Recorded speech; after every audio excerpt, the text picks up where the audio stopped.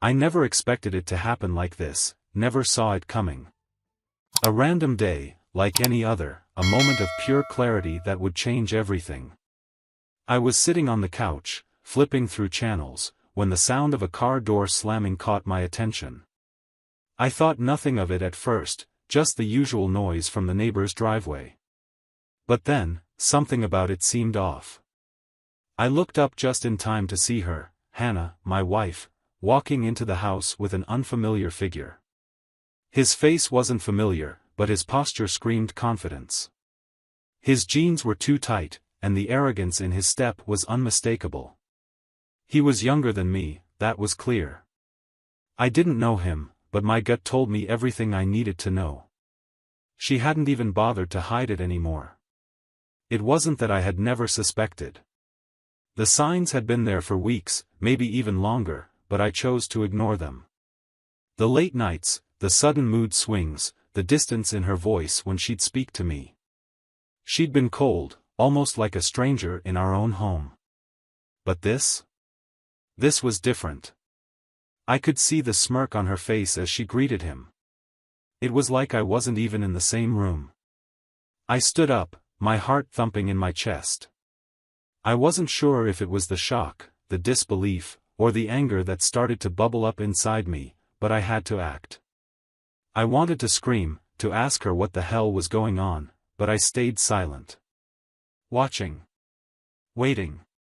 The man gave me a quick glance, but it was as though I didn't even exist. Hannah was busy making small talk with him, probably about something meaningless, maybe the weather, but I could see the way she laughed. It wasn't the same laugh she gave me anymore. It wasn't warm. It was flirtatious. I could feel the coldness creeping into my veins as I realized how little she cared about the man she'd once promised to love. I could hear the click of her heels as she walked toward the bedroom. I wanted to follow, to confront her right there, but I knew I had to stay calm. I needed answers. But how did I ask for those answers when I was drowning in the realization that everything I thought was real had been a lie?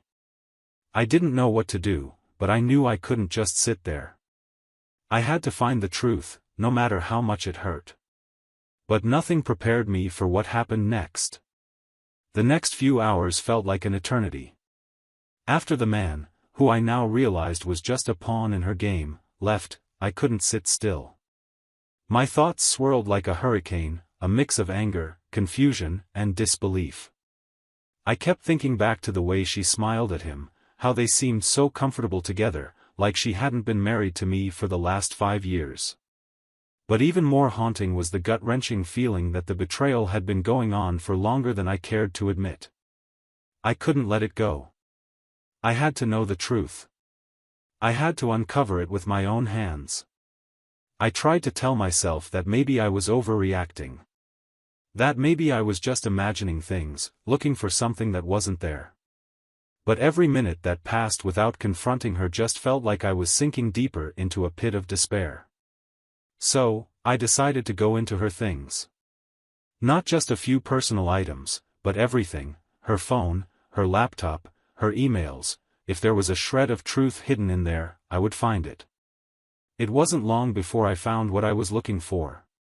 Tucked away in a password-protected folder on her phone was a series of messages between her and him. The words hit me like a punch to the gut. They were explicit, graphic, and deeply intimate. Things she had never shared with me. Things I could barely bring myself to read, but couldn't look away from. Each message tore away at the life I thought I knew. There was no denying it anymore. My stomach twisted in knots. My hands shook as I scrolled through her phone, each message more damning than the last. They'd been meeting in secret for weeks, maybe months. The late nights, the extra work meetings, the random girls' nights that were nothing but excuses. My mind raced back to all the times she had told me she was busy or tired, all while she was sneaking around with him. My trust had been shattered, and the weight of the betrayal hit me like a freight train. I leaned back in the chair, staring at the screen, trying to process everything. How could she? How could she do this to me? To us? The life we had built felt like it was crumbling around me. But in that moment, one thought stood out above everything else: I need answers. My heart pounded as I heard her footsteps approaching. She was back, just as if nothing had happened, as if she hadn't torn apart everything I thought was real. The moment she stepped through the door, I couldn't keep it in anymore. I had to confront her. I couldn't just pretend everything was fine. I stood up, holding her phone out in front of her. "What the hell is this, Hannah?" My voice was cold, edged with something raw and primal that I barely recognized. Her eyes widened for a moment, but she quickly masked her surprise with that fake smile she'd been perfecting for months. "What's wrong, babe?" she asked, her voice dripping with false sweetness. "Why are you acting so dramatic?" "You think I'm dramatic?" I spat. "You think I'm dramatic when you're *ing around with some guy behind my back, ***. Her face went pale for a moment, and for a brief second, I saw a flicker of guilt in her eyes. But it was gone as quickly as it had appeared. She took a step back, shaking her head in disbelief. "Oh, come on. Not this again. You're being ridiculous." "Ridiculous?" I repeated, my voice trembling now with fury. "I'm not ridiculous, Hannah. You've been lying to me. For how long? How long has this been going on?"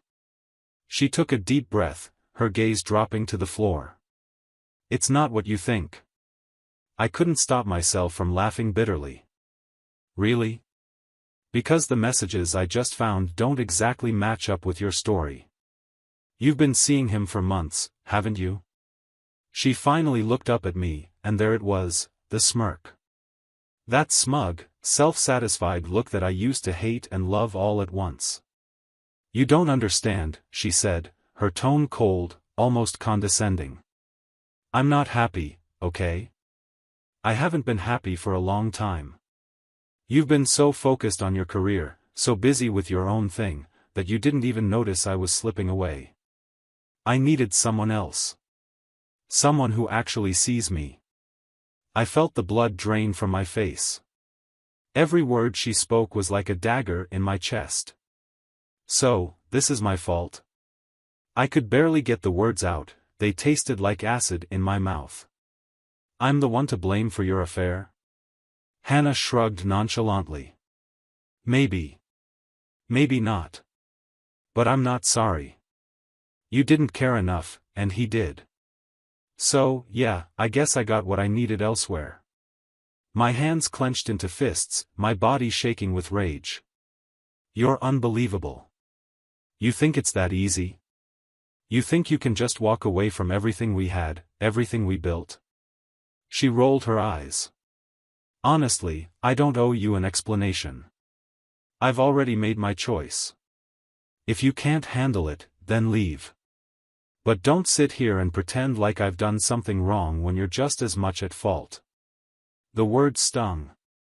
The coldness in her voice, the absolute lack of remorse, it was like talking to a complete stranger. The woman I married was gone, replaced by someone I didn't recognize, someone I didn't want to know.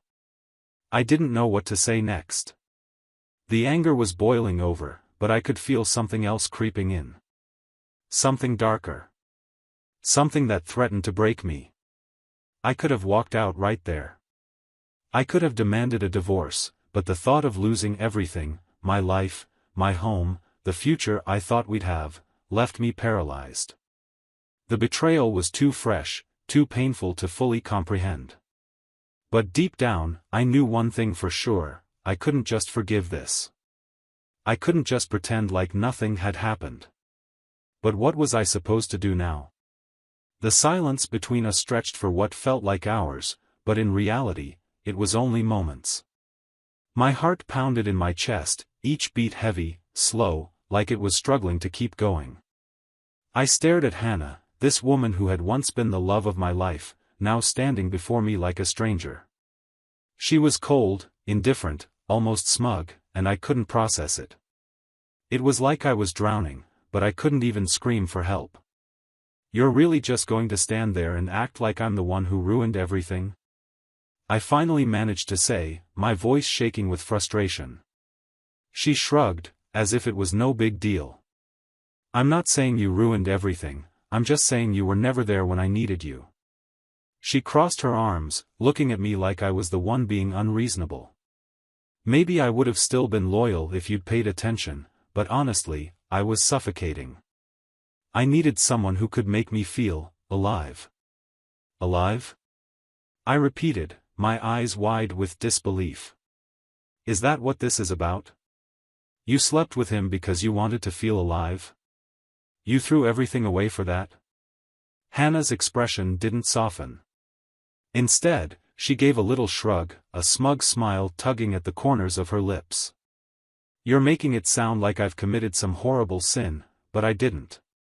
I'm just taking care of myself now. I've spent years taking care of you, of this house, of everything, and where has it gotten me? Stuck in this loveless marriage, alone. I'm tired of pretending. The words hit me like a slap to the face, each one harder than the last. Her voice was so casual, as if she was talking about the weather or a bad meal she'd had. She didn't sound sorry, she didn't seem regretful.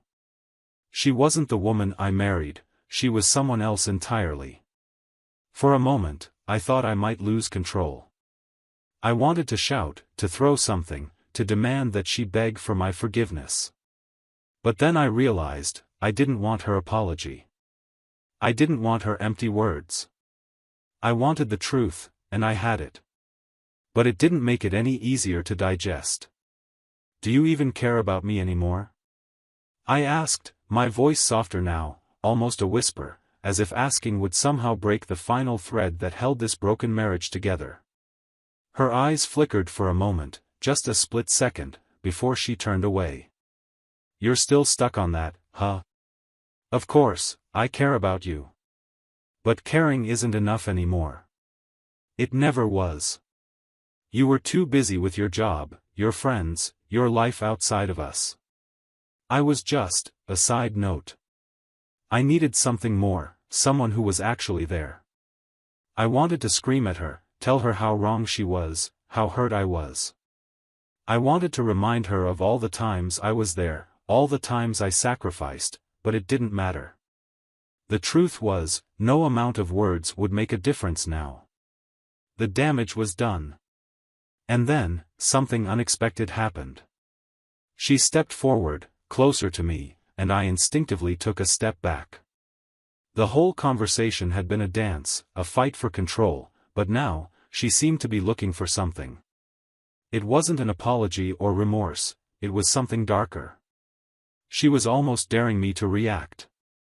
You're angry, she said, her voice low, almost amused. I can see it in your eyes. But you won't do anything. You'll just sit there and let me tell you how I feel, how I've felt for years, and you'll take it. You'll take it like you always do. She tilted her head slightly, studying me. You've always been passive, never demanding anything. Maybe that's why I couldn't stay. Maybe that's why I ended up in his bed instead of yours. Her words cut like a knife. She knew exactly how to wound me, to make me feel smaller than I had ever felt in my life. The worst part was, she wasn't wrong. I had always been the good guy, the one who tried to keep the peace, who always kept my emotions in check, who made sure everyone else was happy. But in the process, I lost myself. And I lost her. I can't do this, I muttered, my voice barely audible. I can't keep pretending I'm okay with any of this. Hannah's eyes glinted with something almost like satisfaction, but she didn't show any real emotion. Then don't. I'm not asking you to. I've made my choice. You either accept it, or you don't. It's that simple. Her face twisted into a sneer as she took another step back. But don't think you're going to guilt-trip me into feeling bad for living my life. I'm done. I stood there, frozen, my mind struggling to catch up with the reality unfolding around me. How had everything gone so wrong? How had the woman I loved turned into someone so cold, so indifferent? My body was shaking, not just from anger, but from a deep, aching hurt that I couldn't name. "You're done?" I asked, trying to keep my voice steady, but it came out broken. "Just like that?" She looked at me, her eyes empty. "Yeah. Just like that." And with that, she walked past me, as though I was nothing more than an obstacle in her path. I watched her go, unable to say anything, unable to stop her. My entire world had just shattered, and all I could do was stand there and watch it crumble. The door slammed behind her, and I was left in the silence. The kind of silence that felt like the weight of 1,000 unspoken words. I wanted to scream, to break something, but instead, I felt numb. The reality had set in, and I couldn't escape it. She was gone, and she wasn't coming back. I stood there, frozen, for what felt like hours after she left. The house was eerily quiet, almost too quiet. The echo of the front door slamming behind her still reverberated in my mind, like a gunshot ringing in my ears. The life I had spent years building, the life I thought I knew, felt like it had been swept away in an instant. The anger and hurt burned through me, but somewhere deep down, I realized that what I was feeling wasn't just rage, it was pure, crushing disbelief. I was in shock. The room felt smaller somehow. The walls seemed to be closing in, pressing in on me, suffocating me. My mind raced, replaying every conversation, every moment, every touch. Where did it go wrong? How did we get here? I walked through the house in a daze, my steps heavy, my body numb. I couldn't find a place to sit, so I just paced. I walked past the kitchen, where we had shared countless meals together, the couch where we'd watched movies, the bedroom where we had built memories, all of it felt foreign now. I reached the small shelf in the hallway, where we had kept family photos.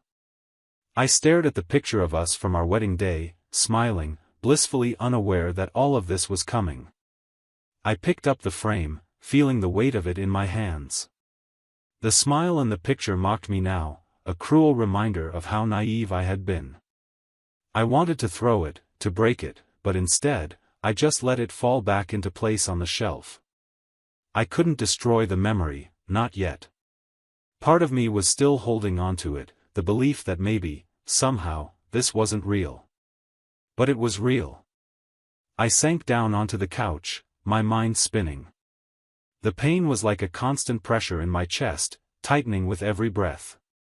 I kept trying to make sense of it, to figure out where it went wrong, but I couldn't pinpoint a single moment. It wasn't one fight, one argument, or one bad decision, it was a slow, insidious betrayal. Hannah had been pulling away for months, and I had refused to see it. I had refused to believe the signs, to trust my instincts. But now? Now, it was too late. The worst part was that I had never seen her as this person. Not in a million years.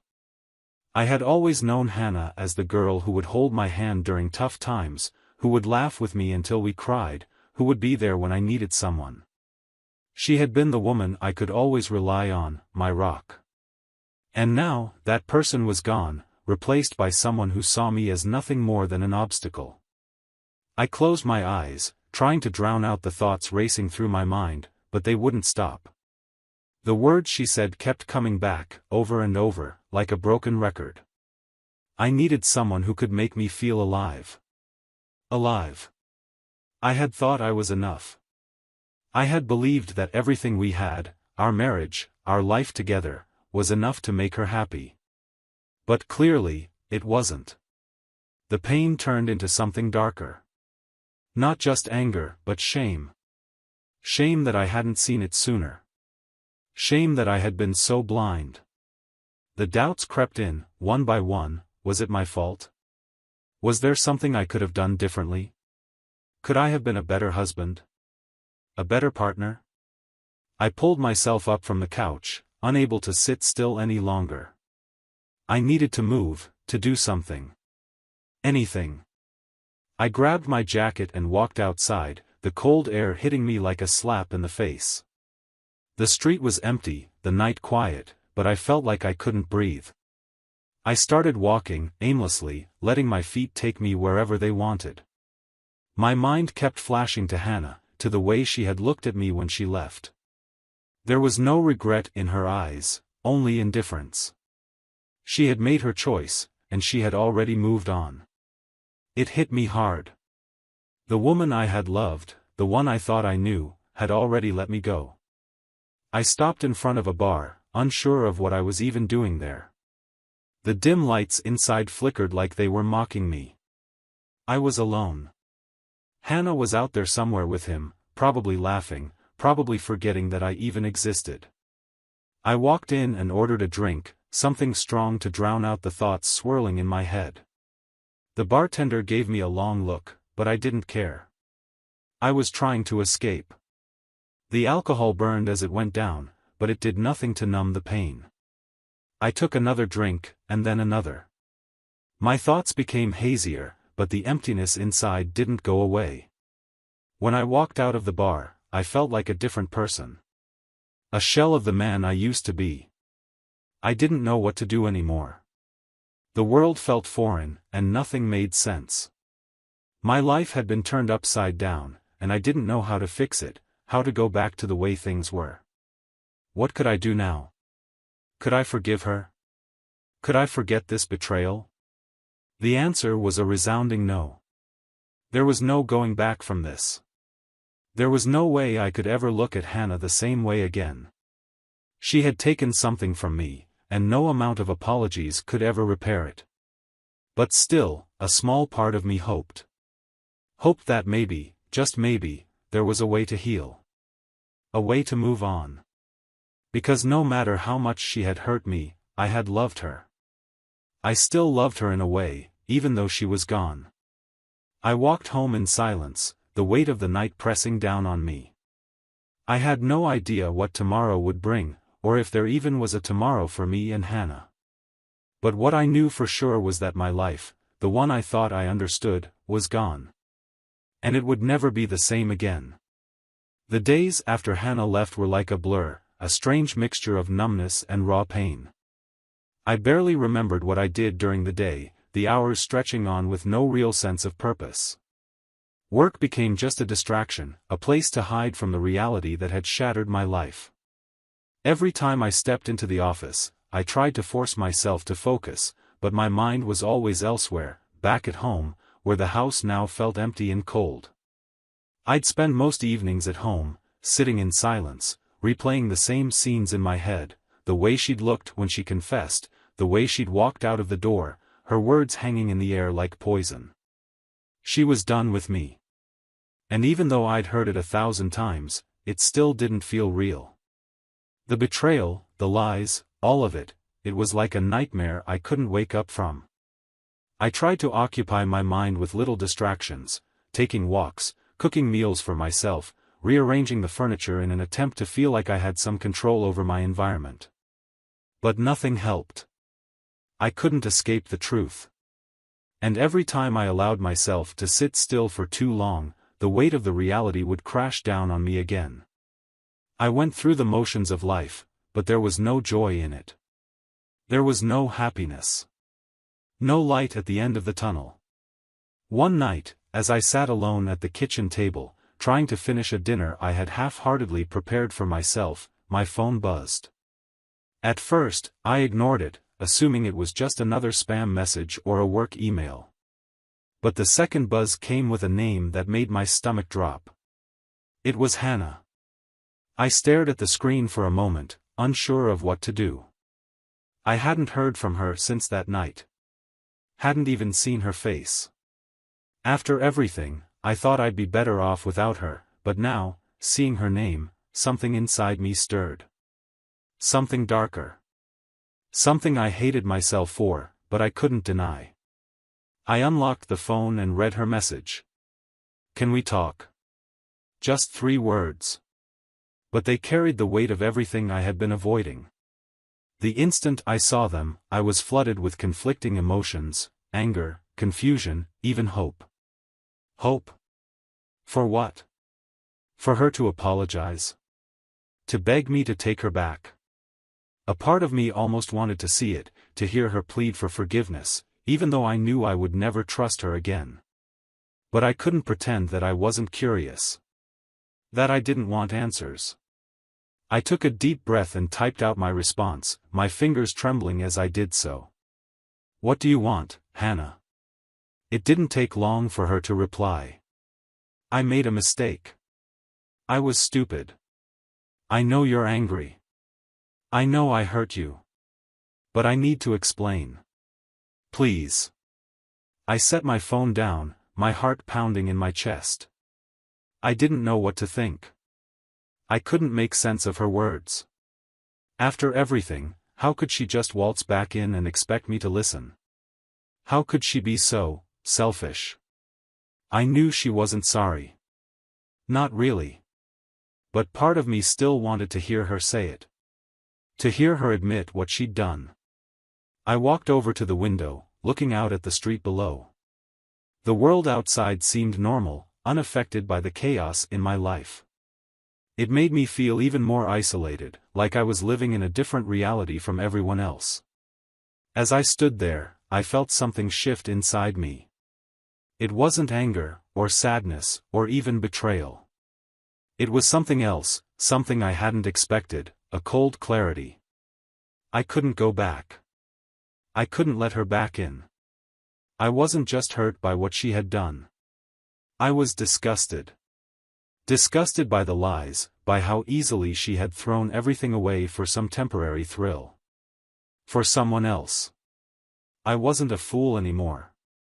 I wasn't going to allow myself to be dragged back into that toxic, selfish world she had created. But even with that clarity, part of me still ached for the woman I thought she was. The woman I loved. I took a deep breath and typed my response, this time with finality.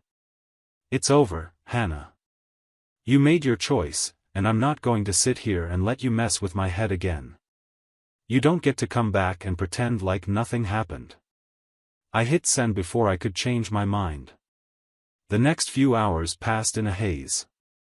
I kept my phone nearby, expecting a flood of messages, calls, or some grand plea for me to forgive her. But nothing came. The silence was deafening. I couldn't help but feel a strange mix of relief and emptiness. The weight that had been on my chest for so long had finally lifted, but in its place was something just as heavy, loneliness. It wasn't just the absence of Hannah that hurt, it was the absence of the future I had imagined. The house that had been filled with laughter and love now seemed like a tomb, echoing with memories of a time that was gone forever. As the night dragged on, I realized that there would be no closure. Not from her, and maybe not from me. There would be no neat ending, no neatly tied-up conclusion. I would have to find my own way forward. In the weeks that followed, I started to rebuild. Slowly. I started seeing a therapist, trying to sort through the mess of emotions that still threatened to consume me. I spent more time with friends, trying to remind myself that life still went on, even if it didn't look like what I thought it would. I signed up for activities that were just for me, things that had nothing to do with Hannah or our life together. It wasn't easy. I still thought about her every day, still wondered what could have been if she hadn't walked away. But slowly, the pieces of my old life began to come back together. And for the first time in months, I started to believe that maybe, just maybe, I could heal. I didn't need her anymore. And I wasn't going to let her destroy me any longer. The days that followed felt like a strange, constant tug-of-war between my past and future. One part of me wanted to keep moving forward, to leave the wreckage of my marriage behind, but another part still felt like it was dragging me back, like I was tethered to something I couldn't quite shake. The memories of Hannah, of us, still lingered in the corners of my mind. I couldn't escape them, no matter how hard I tried. I spent the next couple of weeks focusing on myself, or at least pretending to. I found distractions in the form of work, late nights at the office, trying to get back to the career I had neglected in the shadow of my marriage. I tried picking up hobbies I hadn't cared about in years, taking long walks at night, spending more time at the gym, just trying to reclaim some semblance of control over my life. But all of it was a bandage on a wound that wouldn't stop bleeding. I wasn't sure what I wanted anymore. I didn't know if I wanted to forgive Hannah or burn every bridge with her. One minute, I was convinced I could never go back, that the trust between us had been destroyed beyond repair. The next, I found myself remembering the good times, the nights when we laughed together, the mornings when we talked about our dreams for the future. I hated that I still missed her, hated that I still cared. I was living in a limbo, caught between the desire to move on and the ache of what could have been. It was on one of those long nights that I received another message from her. This time, it wasn't just a simple text. It was a voicemail, and something in my gut told me this would be different. Something told me it would be the moment of truth, the moment where everything could either fall apart or start to heal. I hesitated for a long time before opening the message.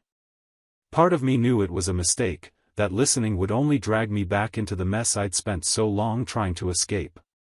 But I was too curious, too desperate for answers, too desperate for closure.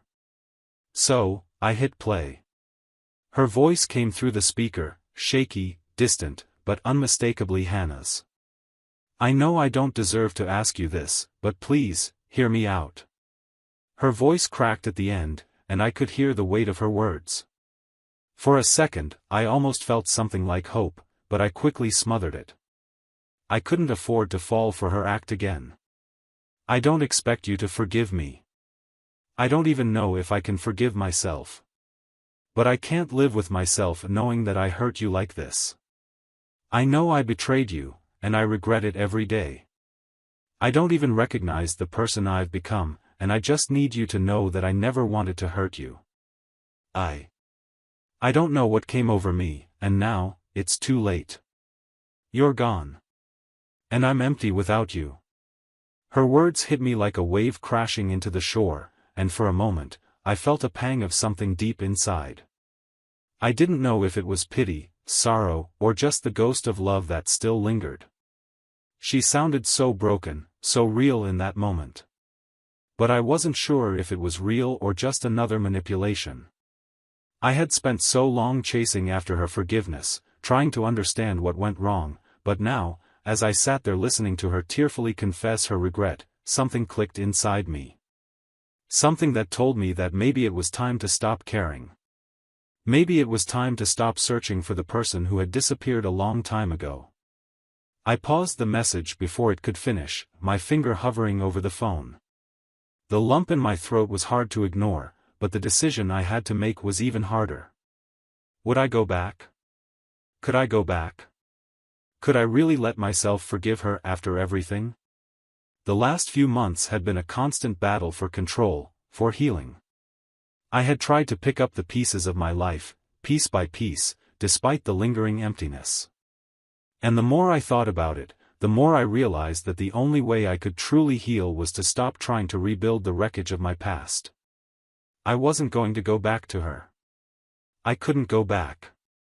The thought of starting over was terrifying, but it was also freeing. The truth was, Hannah had made her choice, and it wasn't me. She had walked away, and I couldn't keep waiting for her to come back, or for some magical moment to make everything okay again. That was a fantasy. A lie I had been telling myself. I deleted the voicemail. The ache in my chest didn't go away immediately. In fact, it stayed there for days, gnawing at me, reminding me of everything I had lost. But gradually, I realized that I wasn't losing something I could never have again. I was losing something that wasn't mine to keep. The person I loved, the woman I married, was gone.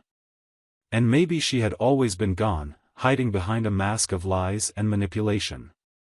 As the weeks passed, I started to make more solid decisions about what my life would look like from here on out. I hired a lawyer to start the divorce proceedings, not out of some desire for revenge, but because it was the only way forward. It was a step toward closing this chapter of my life. I didn't expect her to fight me for it. I didn't expect her to beg me to reconsider. But I didn't care anymore. I had made my choice. And it was time to move on. The first time I woke up after the divorce papers were filed, I felt different. I felt lighter, but also, strangely, more whole. There was no more pretending. No more waiting for things to magically get better. No more hoping that maybe Hannah would come back, or that I could fix everything. I couldn't fix it. And that was okay. For the first time in months, I was truly free. And in that freedom, I realized that I was stronger than I had given myself credit for. I had survived. And I would keep surviving. The days after filing the divorce papers were nothing like I had expected. There was no dramatic moment of freedom or relief, no celebratory sense of triumph. Instead, I found myself in a strange limbo, like I had stepped into a life that wasn't really mine, a life that I was only beginning to understand. The house felt bigger now, emptier somehow. I had grown used to the quiet, but it was different now. It wasn't the peaceful kind of quiet you get when you're alone and content. It was the kind of silence that made you feel small, that reminded you of how fragile your life really is. The world outside seemed to carry on, moving at its usual pace, while I was stuck in this odd in-between phase, too broken to move on, yet too far gone to ever go back. For the first time in a long time, I didn't know who I was anymore. I wasn't Hannah's husband anymore. I wasn't the man I used to be. And maybe that was okay. Maybe it was time to figure out who I was on my own. But that didn't make it any easier. I still thought about her. I still had moments of weakness where I remembered her laugh, the way her hand felt in mine, the way she'd curl up next to me on the couch, just to be close. But now, those memories were stained with betrayal. They weren't the same anymore. They couldn't be. It wasn't that I didn't miss her. I did, in a way. But more than that, I missed the life I thought we were going to have. The future I had planned. And that's what hurt the most. The person I loved had never really existed in the way I thought she did. She wasn't the woman I believed her to be. She was a stranger, someone who could lie so easily, someone who could betray me without a second thought. I had thought love was enough. I had thought that loyalty and commitment were all that mattered. But the truth was, love wasn't enough to keep someone from walking away. And loyalty meant nothing when it wasn't mutual. The first few weeks after the divorce were the hardest. I didn't know what to do with myself. I filled my time with work, with the gym, with long drives to nowhere in particular. Anything to keep my mind from wandering back to the place I didn't want to go. But it didn't work. Not entirely. I found myself reaching for my phone sometimes, half expecting her name to pop up on the screen. I had deleted her number, but that didn't stop the urge to check. It didn't stop the hope that maybe, just maybe, she would regret everything and come back. But that hope, that tiny, fragile hope, was dying a slow death. One evening, a month or so after the divorce papers were finalized, I found myself walking to the park near my house. It was one of those cool, crisp autumn nights when the air felt fresh and clean, the sky clear, with the promise of a new season. The park was empty except for a few joggers, their breath visible in the chilly air. I sat on a bench near the pond, the still water reflecting the orange and red of the setting sun. I pulled out my phone, checking for messages, but there was nothing. For the first time in a long while, I didn't feel the weight of her absence quite as much. I was getting used to it. That realization, small and quiet, felt like a victory. I wasn't moving on yet, not really.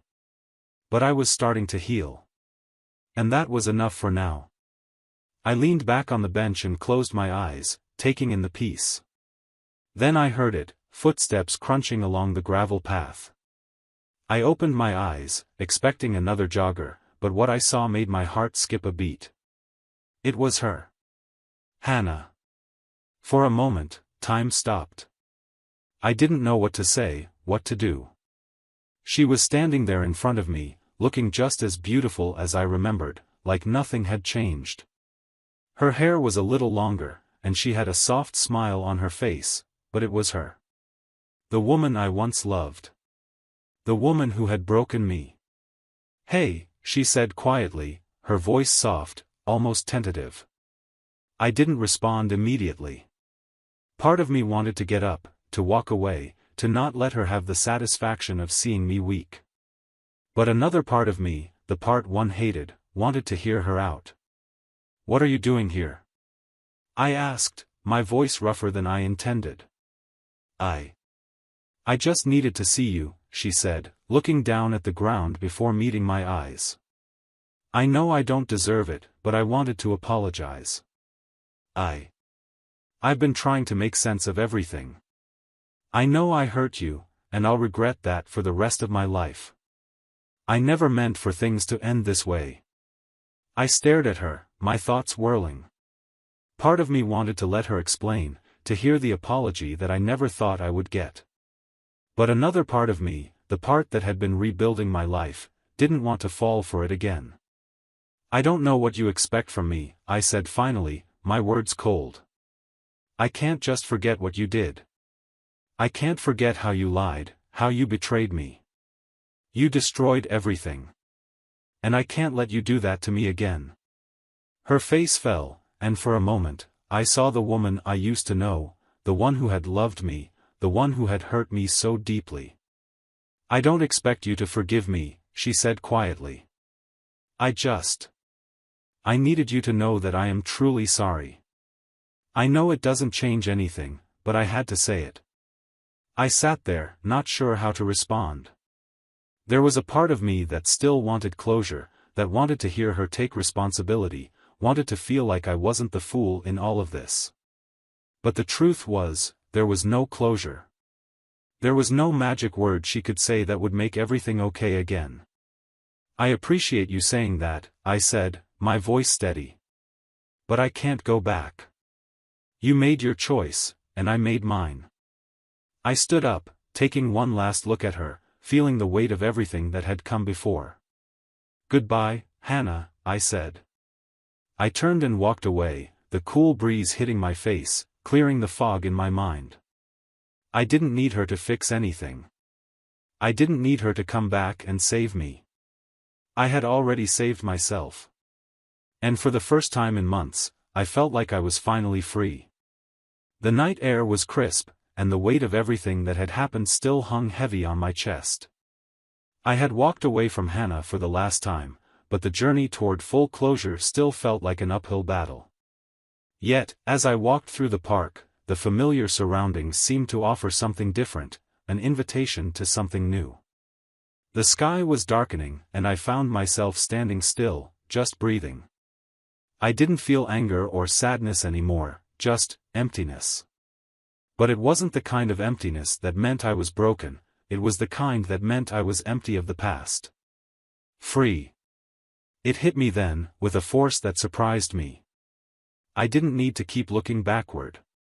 My future was in my hands now.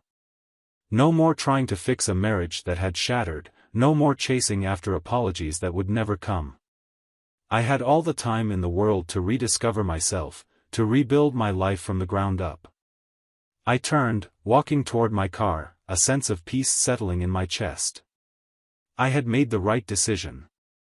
But as I approached the parking lot, something caught my eye. A familiar car. Hannah's. A sick feeling twisted in my stomach as I stared at the vehicle, parked a few spaces away. What was she still doing here? I had just left her. Was she waiting for me to change my mind? Did she think that some emotional confession would be enough to pull me back into her world? I hesitated. For a moment, I stood frozen, contemplating whether or not I should confront her again. But then, something inside me clicked. No. She didn't deserve another chance. I wasn't the same person who had once thought love could conquer all. I had learned the hard way that sometimes, no matter how much you care, people make choices that can't be undone. And I had to stop caring about fixing what was already broken. I turned away, heading to my car with resolve. But just as I reached the door, I froze again. There, standing under the dim light of the street lamp by her car, was another figure. A man. Tall, with a broad build, looking oddly familiar. My stomach dropped as recognition hit me like a punch to the gut. It was the guy, the one I had seen with her that day, the one who had been sneaking around with my wife. The same man who had shattered the trust I'd worked my whole life to build. I don't know what came over me in that moment. Anger? Jealousy? A need for answers? I wasn't sure, but I was moving before I could stop myself. My feet carried me towards him, each step feeling like it was pushing me towards some final confrontation that I wasn't prepared for. I couldn't let it go. "Hey!" I shouted, my voice harsh in the cold air. He turned around, and for a brief second, I could see the surprise in his eyes, like he hadn't expected me to confront him. His hands shot up, as though he was trying to defend himself without saying a word. I was in front of him in seconds, fists clenched at my sides. The weight of everything, the betrayal, the lies, the hurt, came flooding back, and I couldn't contain it anymore. "Did you think you could just waltz into my life and destroy everything?" I hissed, my voice filled with venom. "Do you think it's that easy to just erase the damage you've done?" The man took a step back, looking around as if searching for some escape. But there was nowhere to go. "Look, I didn't ask for this. I didn't know. Don't give me that bullshit." I snapped. "You knew exactly what you were doing. You knew exactly who she was. Don't you dare try to play the victim here. You were just as much a part of this mess as she was." He swallowed, clearly uncomfortable now. "Look, man, I don't want any trouble." But the anger bubbling inside me wouldn't let me stop. "Too late for that," I growled. "You've already caused enough trouble. I didn't want to be this guy. I didn't want to be the one who lost control, who acted out of pure emotion." But in that moment, all I could feel was rage. Rage at what I'd lost, rage at what they had done to me, rage at how they had both disrespected everything I had worked for. I wanted to hurt him, to make him understand what he had taken from me. But deep down, I knew that wasn't going to solve anything. The man took a step back, eyes wide, clearly afraid. He was starting to realize I wasn't someone he could intimidate. But just as I was about to take another step forward, my phone rang. It was a message. The notification flashed on my screen, and my hands froze. I glanced at it, and what I saw made my stomach twist with confusion and disbelief. It was from Hannah. "I know what you're about to do, and I swear to you, I never meant to hurt you. I'm so sorry, but you need to understand, I didn't leave you for him. I left you because I couldn't be the person you needed me to be. I was lost. Please, just talk to me one last time. I swear, you'll get the closure you deserve. You deserve to know the truth." I stared at the screen for what felt like an eternity. My mind was spinning, trying to process her words, but something inside me already knew what the truth was. It was a lie. More words to manipulate, more excuses to avoid facing the consequences of her actions. I couldn't believe it anymore. I deleted the message. I turned away from the man, leaving him standing there, still unsure of what had just happened. And as I walked to my car for the last time, the truth hit me again. I didn't need closure from her. I didn't need her to explain anything. I was already moving forward. I didn't need her. I didn't need him. I needed myself.